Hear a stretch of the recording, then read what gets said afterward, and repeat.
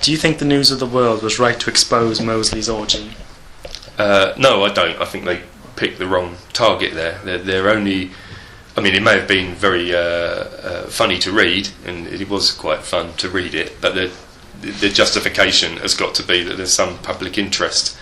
And, you know, although he's got a big job and it's in the public limelight and he earns lots of money, he's not, I don't think, he was not a well-known public figure. And he's never, I mean, he's to do with motor racing. He's never standing up there saying, promoting family values or anything like that. So there was never any justification on the grounds of hypocrisy, which there might be, for example, some politicians. If you get a politician who's standing up and saying, please vote for me, I believe in family values, and then you find out he's having an orgy, that's a really good justification for exposing him.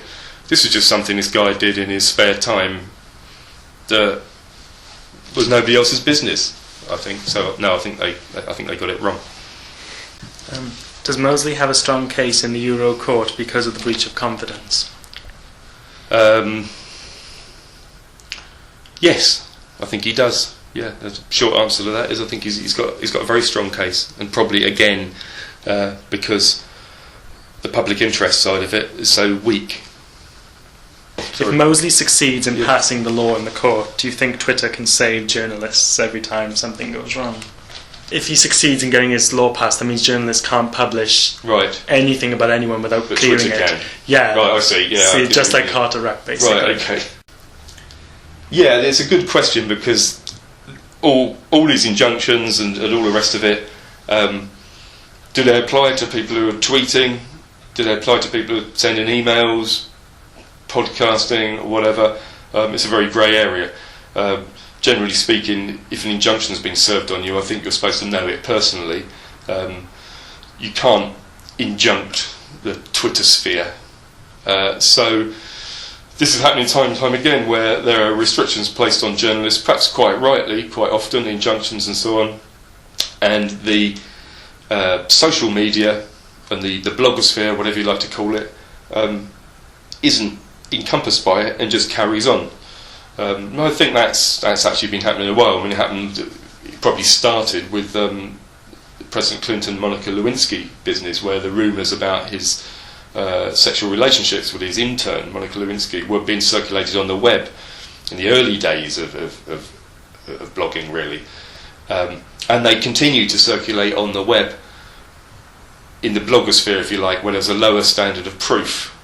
And that's okay, you can believe what you want. You see some of these websites, you think they don't look very reliable, so you don't believe what's on it. At that particular example, that stuff was kind of planted, if you like, in the blogosphere, and it grew, and when it was strong enough, it sort of was transplanted into the mainstream media, where it gets the extra credibility and veracity.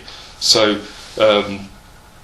this stuff, the stuff that journalists are banned from doing by the courts, will continue to happen in in these grey areas on the net, and when it gets strong enough, it will move into the mainstream media. And I think that's probably happened for a long time anyway now. Can Twitter save the journalists if this happens? No, I don't. It might be able to keep some of these stories bubbling away rather than them being lost forever, which would be quite good. So perhaps while some of these stories have been fought over in the courts, if they can continue to sort of simmer in some corner of the Twitter sphere or the blogosphere or whatever, that's probably better than then disappearing completely. But I do wonder if the whole lot of libel laws, privacy laws, confidentiality laws, how it's really going to withstand this new way of doing things. I mean, what is the point in getting an injunction against a newspaper if 10 million people are talking about it on Twitter or Facebook?